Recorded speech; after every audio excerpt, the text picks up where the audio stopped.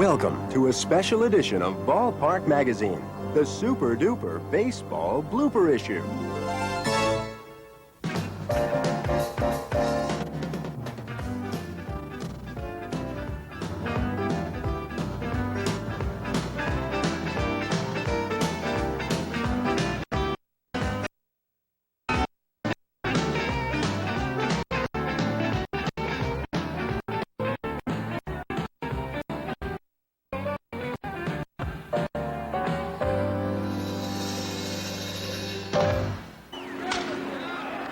Deep to right center field. Barfield going back. It is gone. No, he caught it, Larry. My neighbor said, "Where are you going?" And I said, "Well, I'm headed to Kansas City to see the Orioles play." And he said, "What? Have you lost your head?"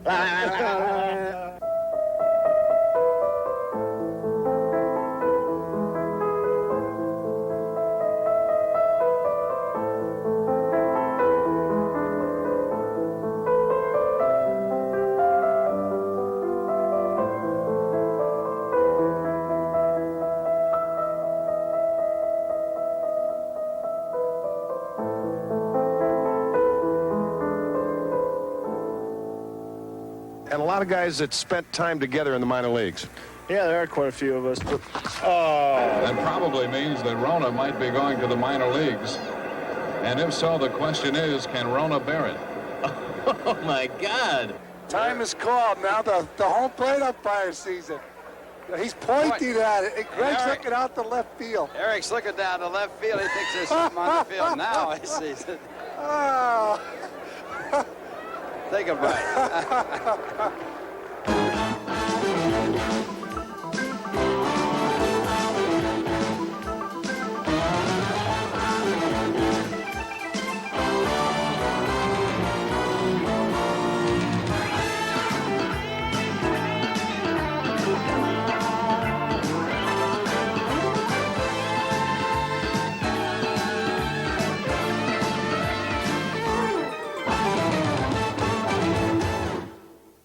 Before we turn to the heart of this issue, let's first hear from our faithful readers. Madeline Malinowski of New York City writes, Dear Ballpark Magazine, I constantly hear announcers refer to a utility player. What exactly is a utility player? Well, Madeline, this is someone like Jose Oquendo, who's so versatile, the manager can put him anywhere he pleases. Jose Oquendo, the secret weapon, now hurling for the Redbird. Into right field. Oquendo. One gone. Oquendo throws him out. What a play by Oquendo. Yes, Madeline, Jose, can you see, is everywhere. And the pitch is lined into left field. Here comes Oquendo, and he's got it. The jack of all trades, Jose Oquendo. Jim Rogal of Pittsburgh, Pennsylvania writes, Dear Ballpark, I finally accepted the concept of the designated hitter in the American League. Now, I'm hearing rumors about a designated fielder. Are they true? Well, Jimbo, you've caught us off guard on this one, but you never know what's going to pop up. Finally, Jackie Freed of Atlanta, Georgia writes, Dear Ballpark, I recently attended my first baseball game, and I was very confused. How many outs are there in an inning?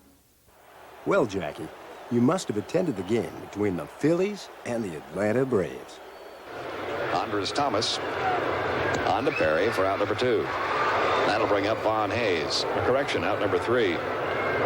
Wait a minute. There are only 2 outs, folks. Hold everything here. Hold everything.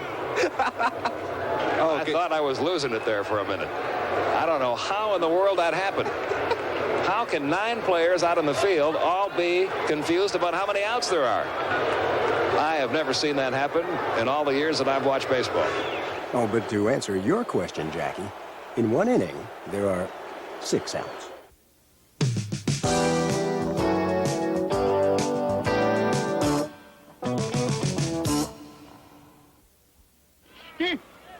What?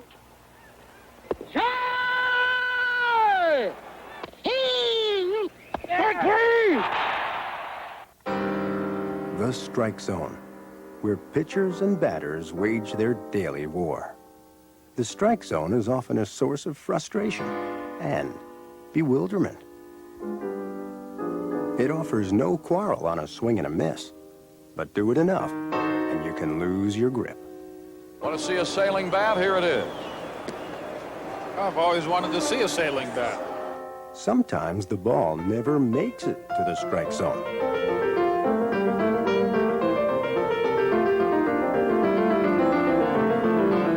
Ooh, right under his chin. On these occasions, revenge is often in order. This doesn't bother pitchers, as they tend to turn the other cheek. Besides, they're too busy cultivating that delicate relationship between pitcher and umpire.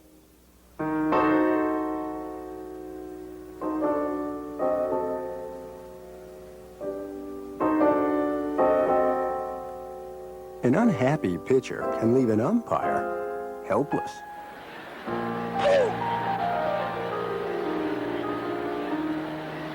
But as every umpire knows, this game can be played by two.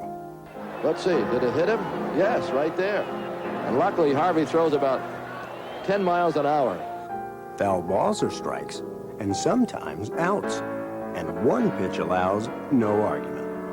Right down the middle, and that's the frustration of a pretty good hitter that's batting well under 200. But with all these balls and strikes, it can sometimes get confusing. Bob Engel thinks it's strike three. Robert, you're thinking about that favorite restaurant. The count is 3-2. Or is it? Houston players are leaving the field. The count should be 3-2. Bob Engel embarrassed this time. He's trying to keep from laughing and smiling. Embarrassing moments can take place any time you cross the strike zone. Real embarrassing.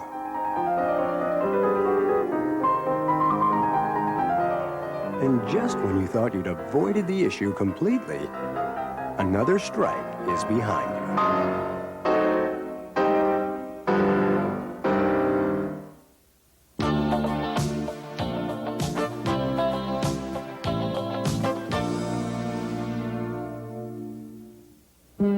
Come with us now, if you dare, inside your worst baseball nightmare. A place where evil lurks and schemes. A place that's called the Field of Bad Dreams. Where balls can find the smallest crack and home runs torment you by bouncing back. For only on the Field of Bad Dreams do bunts roll forever, or so it seems. And when at last the ball stays fair, the fielders seem to forget it's there. Here catcher Sal Butera pitches, baffling hitters with his hitches, and leaving most of them in stitches. A field put on a pitch by Kipper, the runner breaks, unbeknownst to the pitcher, who catches one for the Gipper.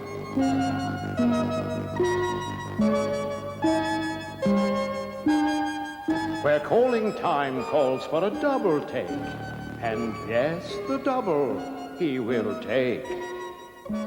It's only here a routine grounder seals a shoddy infield's fate, for while at third they flop and flounder, the awful runner takes home plate.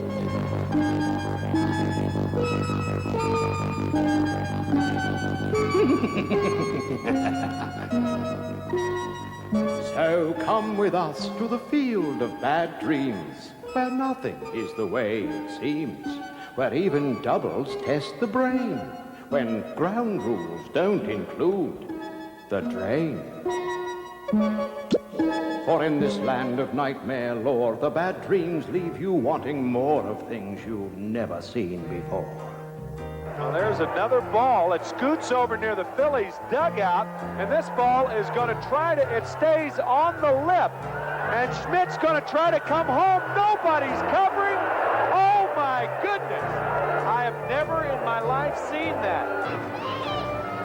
We just had a power failure here at the stadium. we've seen it all now. Somebody pulled the plug on this thing.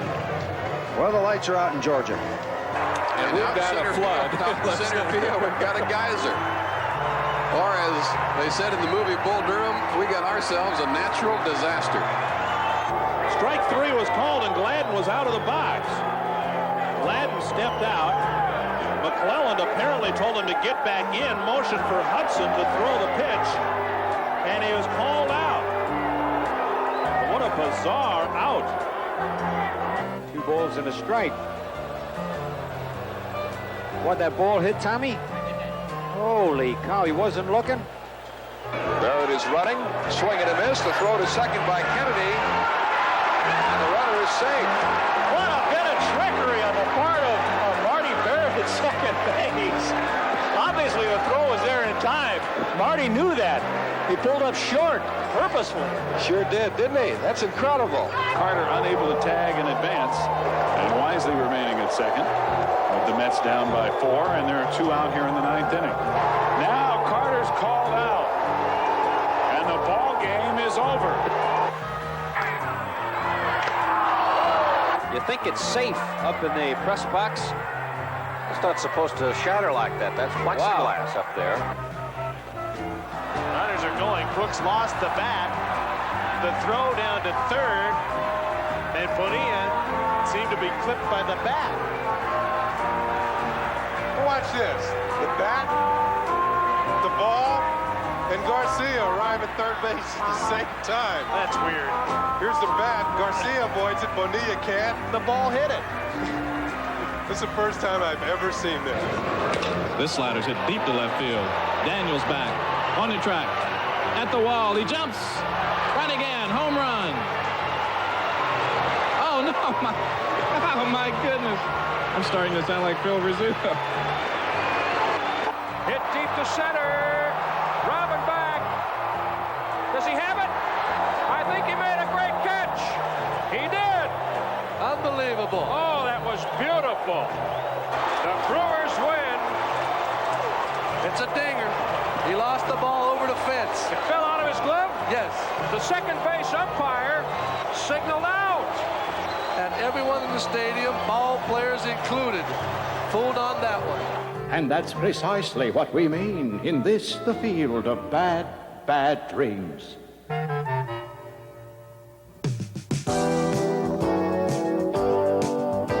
When you talk about baseball players' most embarrassing moments, everyone is the master of rationalization. That wasn't goofy. That was supernatural.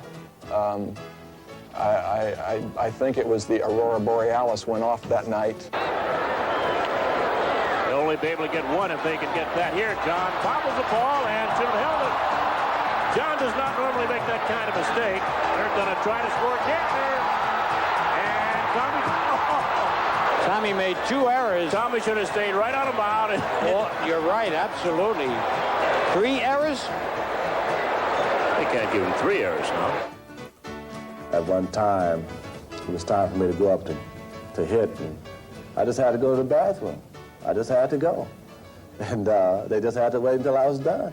And then, of course, there was the time Lloyd Mosby stole second base, and first base, and second base again, all on the same play. There goes Mosby. Picked a good pitch to go on. Terrible throw. Mosby doesn't know where the throw is. He's going back to first base. Is he going to steal first? He steals first. Now he's going to steal second again. I've never seen it before. This is something that I just wanted to make a video for the kids for on how to do things twice and be successful at doing so. That is probably the most unfortunate thing out of the whole year. I didn't even get a stolen base for it. I started against the Cubs one Sunday afternoon. I think I faced 8 hitters, and I only got 1 out, and he almost killed the third baseman. I tried to throw the ball in my glove. I missed the glove. Howard made a great save between third and short. It was a 1-run game. If he doesn't come up with the save, it's a tie game. And I got a save. Howard got a save. We got 2 saves in that game.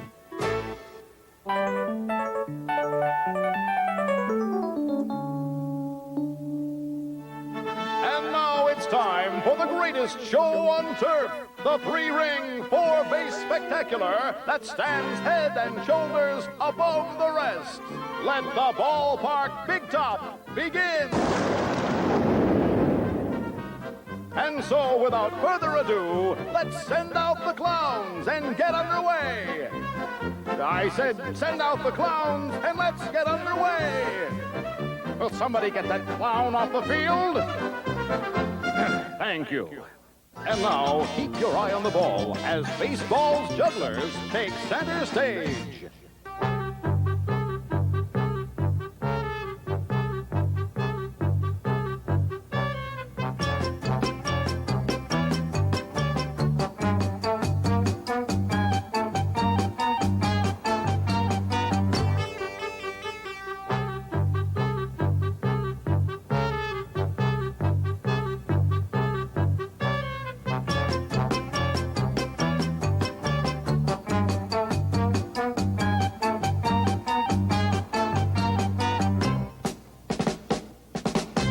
And now, the sideshow in this three-ring spectacular, where, with so much going on, you don't know which way to look.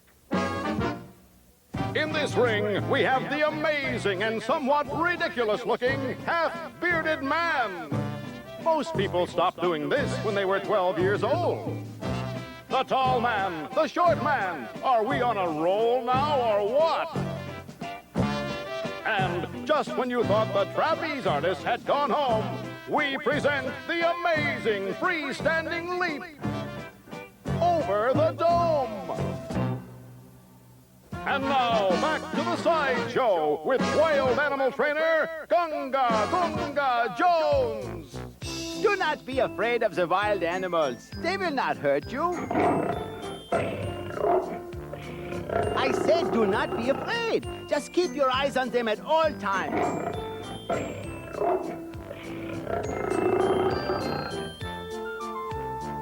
The wild animals are really quite harmless. Watch how I carefully control this king of the AstroTurf with no fear whatsoever.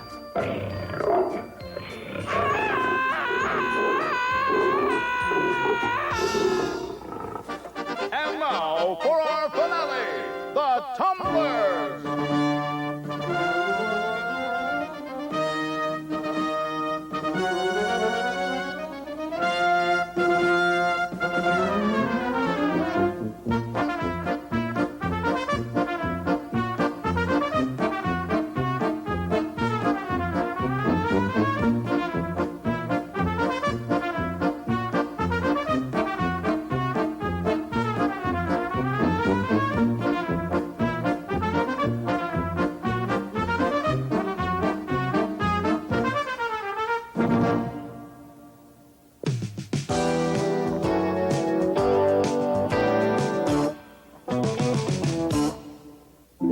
On this one fact, we're crystal clear. The baseball booth is not to fear. But when the games start running long, announcers sing a different song. Yeah, the great suspenders out tonight. There is a place on the earth where the sun sets in the east. Okay. Appears to set in the east. Okay. It's true. How are our government relations with Spain? Do you happen to know? They're fine as far as I know. In the Panama Canal, as you go through the Panama Canal, it weaves back and forth, and the sun appears to come up in the west and set in the east. Give me an Arnold Schwarzenegger. This is Lindsey Nelson here, CBS Radio Sports. Paul Horning is on the squeegee. He's at the 30-yard line to the 20. It's such a pleasure to be broadcasting this rain delay from Toronto's Exhibition Stadium. What about Roger Rabbit? You want to talk about that for a while? Haven't seen that one. And if you don't like Pee Wee Herman, you need to be checked. Well, what else can we talk about? Have you ever heard of cow tipping? Cow tipping? Yeah. They're pigeons. They're worthless creatures. And the jellyfish. Ever swim with a jellyfish? Try not to. Oh, August is jellyfish month here in the East Coast. We're really running out of things to talk about, aren't we? Yeah, just covering everything here. Valley Regional High School was on the Housatonic River, on the banks of the Housatonic. In fact, I can sing the fight song, but no, I won't do that. How can the Bee Gees, Stayin' Alive, a much-disdained disco record, rank ahead of Mitch Ryder and Devil with a Blue Dress On? Sing it. High above the Housatonic, mid the Berkshires, proud and true. And what have you and Mr. Blast been talking about tonight? Anything? Nothing important. No, if I tuned in today's game, it's the first game I ever saw, I would say, you know, I listened to two guys tell me about parsley, Hitler. That's right. And some baseball. And I think Curly of the Three Stooges would have summed up this series by saying,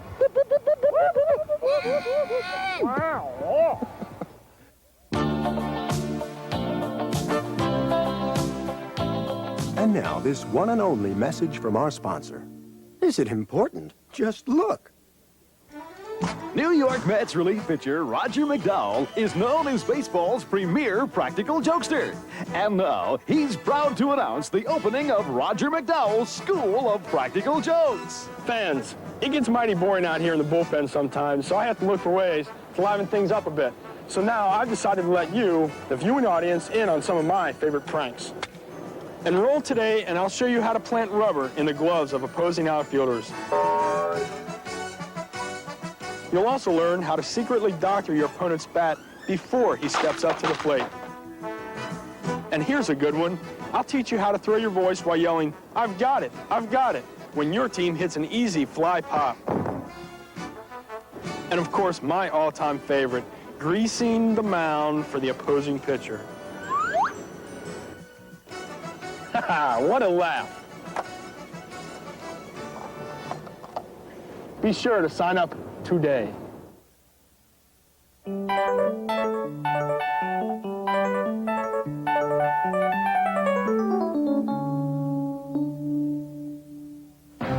Baseball streaks belong only to the best, like Joe DiMaggio, who hit in 56 straight games, Lou Gehrig, who played more than 2,000 in a row, and the latest entry in the successive Hall of Fame, Orel Hershiser, who pitched 59 straight scoreless innings.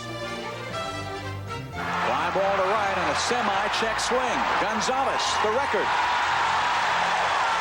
Orel Hershiser, 59 consecutive innings scoreless. The all-time record. What's Drysdale thinking? Don't give me that stuff where guys always give it that, oh yeah, records are made to be broken. I was rooting for the kid. Fat chance. Whose name you want in the record book, yours or someone else's? But not all streaks strike a player's fancy, like Eric Davis, who struck out 9 straight times in 2 days of Mike Scott and Nolan Ryan.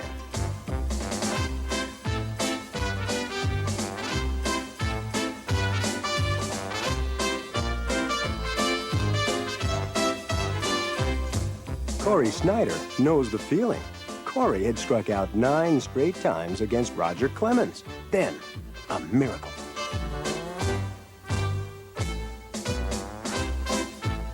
Corey's contact left them clamoring for more. At least a step in the right direction as he had contact and flied out to shallow right. There it is, the handshake. The high five, the low five. I got a fly ball against Roger Clemens. Then there's the saga of pitcher Don Carmen, who was 0 for 46 in his career and figured when in doubt, he might as well bunt. Carmen made it to first, but the error made him 0 for 47. A reprise was in order. Here's the 2-strike pitch, a bunt that trickles foul, and he's a strikeout victim.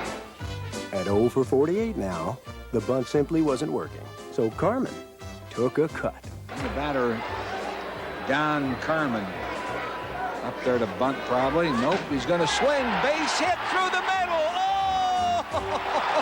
I don't believe it. Don Carmen with his first major league hit. That snaps at 0 for 48 for him. I do not believe it. They're going to stop the game and give him the ball.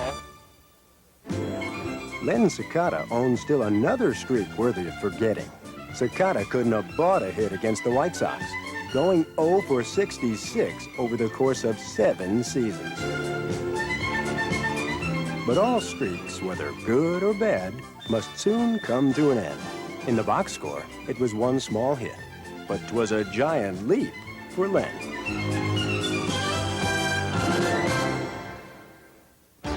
Finally, there's Duane Kuiper, less known for his power than his glove. Duane had gone to the plate more than 1,300 times without hitting a home run. Then, one night, to the amazement of all, Duane Kuiper rocked Steve Stone. The game started early, 12 minutes early, and Bob Lemon, the manager, didn't know that. So when I went out to the bullpen to warm up, I found that I had 7 minutes to warm up and didn't have a curveball, which at that point in my career was my big pitch. And I'm sure that Steve Stone's story would be that he wasn't loose. Well, he was loose enough to strike out the first hitter of the game.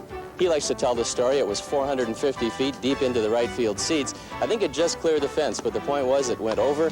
Duane gave him the yay as he's running around the bases. I didn't realize that he had watched me. Obviously, he did if he knew that I raised my arm. Or maybe it was the 8x10s that I sent him of these still shots that I had. Whatever.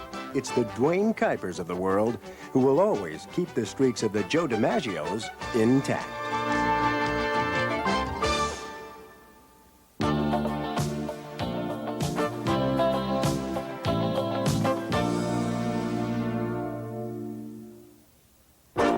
And now it's time for a very special feature as Ballpark Magazine conducts its own star search in this, the first annual Baseball Talent Show. Today's category, impersonators who've made a lasting impression. So now, let's get on with the show. Thank you very much. And have we got a show for you? First, what do you say we take a look at those who didn't make the finals? All right, Pilgrim. I'm here to invite you to come out to the Kingdom. I can really dig that, man. Oh, mammy, it's your little boy, Sammy, all the way from Alabama. Don't want no eggs and hammy, mammy. Hi, this is Ed Sullivan, inviting all you fans in the greater Seattle area. Well, close me down. It's interesting to note there are so many broadcasters, but the best broadcasters are those who always do themselves and not try to imitate any other broadcaster. All right, Siegfried, we've got you completely surrounded by the entire 4th Cavalry. Would you believe the 3rd Cavalry? How about 3 Boy Scouts on roller skates? This is Jimmy Stewart, inviting everyone. Mariner manager, Darrell Johnson. Tom hits well, feels well, but his Jimmy Stewart needs a lot of work.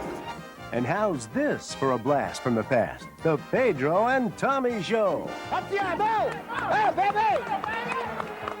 All right, we'll get back to those guys. But first, now trust me on this one. Remember Cincinnati relief pitcher Brad the Animal Leslie? Well, he even prompted an imitation from the normally subdued Nolan Ryan. Nolan Ryan doing Brad Leslie? You gotta be kidding. But you gotta love it. What do you think, Pedro, Tommy? Oh, good! You can do it now, be tough! I bet Tommy loves this. But what about Tommy John? Well, it looks like Don Mattingly has him down just about perfect. Now, unfortunately, once Price Waterhouse tallied up the votes, none of these contestants, not even Pedro and Tommy, made it to this, the final round.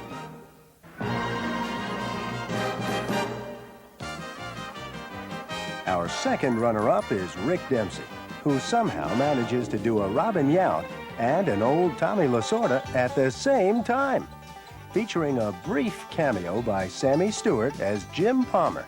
Get it? A brief cameo. Oh, boy. Toward right, curling down toward the corner. They won't get it, and it might get out. It will. See you later. Yount hits an opposite field home run.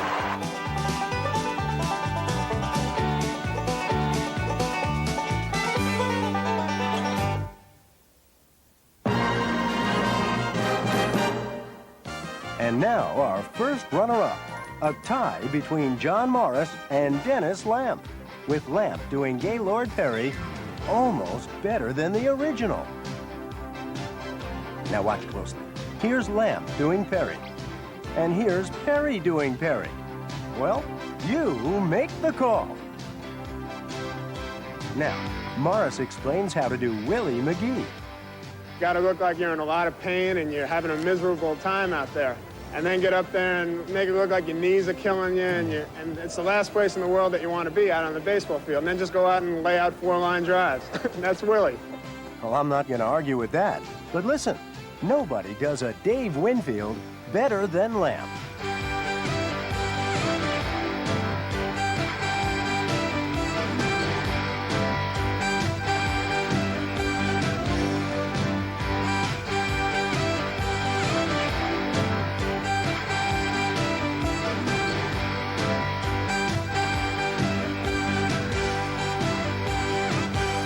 But the most natural impression has to be Morris doing Kirk Gibson. All year long, they look to him to light the fire, and all year long, he answered the demand. Here's the big pitch. He's got to make it happen on this one. High fly ball into right field. She is gone!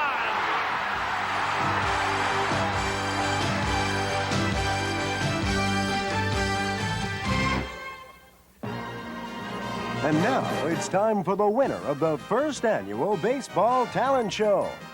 Pitcher Mark Grant of the San Diego Padres and his study in the calling habits of umpires. I got a lot of time to kill in the bullpen, so I check out the umpires. John Kibler from San Diego, you might be familiar with him. He's just real basic. He squares up behind the plate and he goes, strike. One. Strike. One. Big Eric Gregg. We got the big guys going. For a right-hander, he gets like this, and he'll go. For a left-hander, he'll go. Like that. Frank Bully. He's another one of my favorites. Bully. He's kind of like the Rocky of the umpires. He'll be behind the plate, and he'll go. And then for a strikeout, he'll go.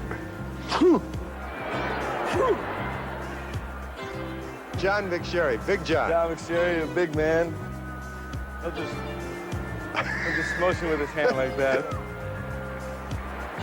Dutch Renner, my favorite. Renner, one of the all-time favorites. He's from the old school.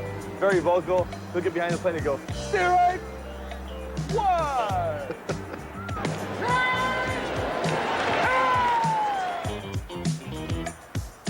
How'd you tell me Dutch Renner ordered a steak in the restaurant? In the restaurant, he orders steak rare.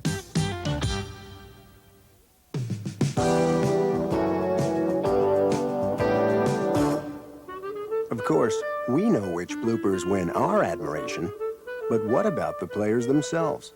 Which ones do they like best? My favorite blooper, I guess, was about 1979. Ron Reed, one of our relief pitchers on the Phillies, was having a real tough time. He was in a slump, and he finally came in, had a 1-2-3 inning, hadn't pitched in a while, and he did cartwheels off the mound all the way to the dugout. He's 6'7". Unbelievable. We were playing in Minnesota, and there was a bunt down the line, and Kevin Seitzer came over. It was staying on the line, and Kevin goes on the inside of the line and starts blowing the ball so it could continue to roll foul. And just to have the ability to think about doing something like that it blows you away. Terry Mulholland, we were playing the Mets a couple years ago. A ball was hit to him and it stuck in his glove in between his fingers. And instead of just taking the ball out, he calmly took his glove off and threw it over to first base. He didn't panic, and that was just so him. Right back to the mound. Good stab by Mulholland. Runs most of the throw. What? The ball stuck in his glove, and that's why he ran so far at first he couldn't get it out. And then he attempted to lob it with his glove hand, and the glove went with it. And Brindley caught them both. The most ridiculous play that I have ever seen. I wouldn't call it funny, and I was not involved in it. We were not involved in the game, but one night in New York, Carlton Fisk tagging out 2 runners at home plate almost simultaneously. I can't remember who's hitting, but Ozzie Guillen's the shortstop, and the hitter ends up losing the bat when he's swinging, and the bat's rolling out towards Ozzie, and Ozzie goes over and fields the bat and picks it up like he's going to throw the guy out at first with it. That's pretty inventive for a fielder to think that quickly. I thought it was funny. I remember I was broadcasting a game, doing some work for the Mets, and they were playing the Cubs in Chicago, and one of the batters for the Mets hit a ball, and the guy who lost it fell down. We couldn't find it and walked around and ran around all over the field. Couldn't find it. The ball was in his hat on the ground. We were playing the Philadelphia Phillies, and I forget the pitcher who was on second. I think that the ball went behind the plate, and he was going from second to third, and he tripped over the base and just landed on his face. It was just the funniest thing I've ever seen. I think it was the blooper of the year. I couldn't stop laughing. It was so funny.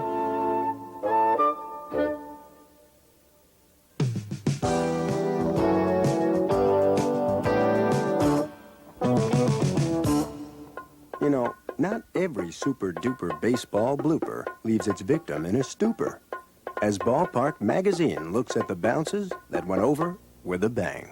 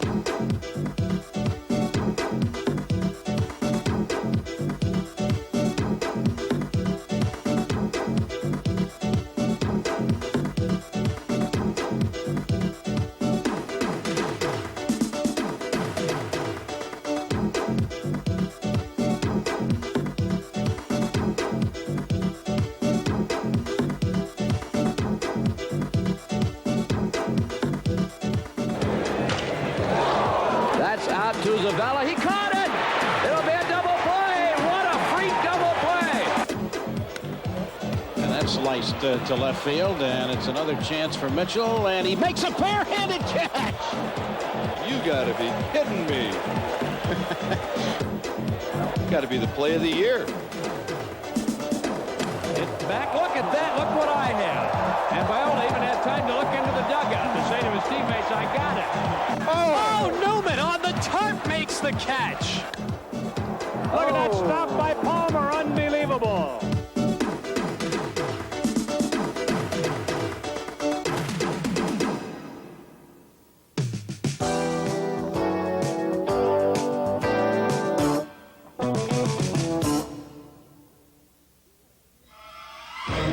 Greetings to all, but I knew you were coming, for I am the compelling Llewellyn, the magnanimous magician, the prescient personality, the bedeviling bard of baseball, able to see into the future, as with this, my first trick. The Magnificent Seven are warming up in the bullpen and will be with you as soon as Leonard hits into a 6-4-3. 6, 4.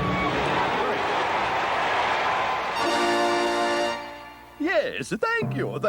But for me, the compelling Llewellyn, the baseball is merely a tour in the mystical, magical world of illusion. And I allude to illusion for a very good reason. Just watch.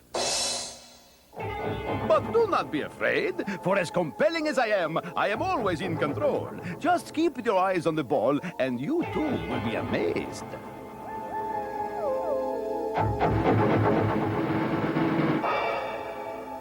That's it, my son. Keep your eyes on the ball. Never let it leave your sight. Hey, what's the matter? You flunk a little league or something? For only I, the compelling Llewellyn, can make a ball disappear, or so it seems, then reappear. Then watch the victim disappear into the minor world. Yes, I am indeed compelling. I simply can't say that enough, as I can make balls disappear into walls. And gloves, if I so choose. It's in the glove, stupid. Catcher's hoy. The compelling Llewellyn can be a magical punster, putting one catch in the bag. Or agonizing over the agony of defeat. Defeat. Look at defeat. You must tip your hat to the compelling Llewellyn, for perchance that you don't, you might lose it. Compelling, no? I can make balls disappear into gloves, you see. Oh, what a tangled web we weave. And so can I make entire gloves disappear. But not. The compelling Llewellyn's greatest trick is not making gloves, or balls, or bats disappear. No, my dear friends. It's making entire ball players vanish. Magically. Just watch what I do to Lee Mazzilli.